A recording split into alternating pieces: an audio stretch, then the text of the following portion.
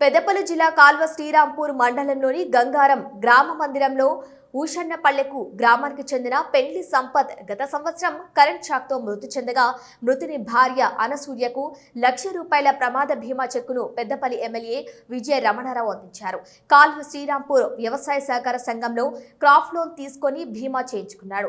కాగా Sampath current shock గురై మృతి చెందడంతో సంఘం ద్వారా మంజూరైన చెక్కును మృతుని భార్య అనసూయకు అందించినట్లు సహకార సంఘ చైర్మన్ చదువు రామచంద్రారెడ్డి, సీఈఓ కోలేటి శ్రీనివాసులు తెలిపారు. ఇక బ్యాంక్ అకౌంట్ కలిగి ఉన్న రైతులందరూ పీఎం భీమా సురక్షణ యోజన ద్వారా ₹450 చెల్లిస్తే సాధారణ మరణం వల్ల 2 లక్షలు, ప్రమాద బీమా 4 లక్షలు ఇన్సూరెన్స్ ఉందని వివరించారు. రైతులు ఇట్టి అవకాశాన్ని సద్వినియోగం చేసుకోవాలని వారు సూచించారు.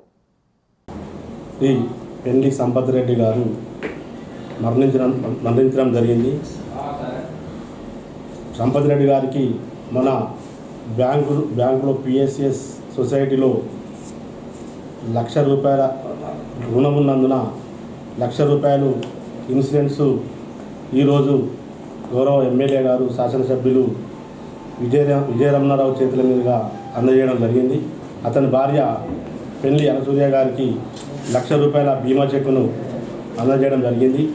అలాగే మనం సంఘంలో ఉన్న క్రాప్లో ఉన్న రైతులందరికీ ఆకస్మిక మరణిస్తే ₹1,00,000 ఇన్సూరెన్స్ గలదు.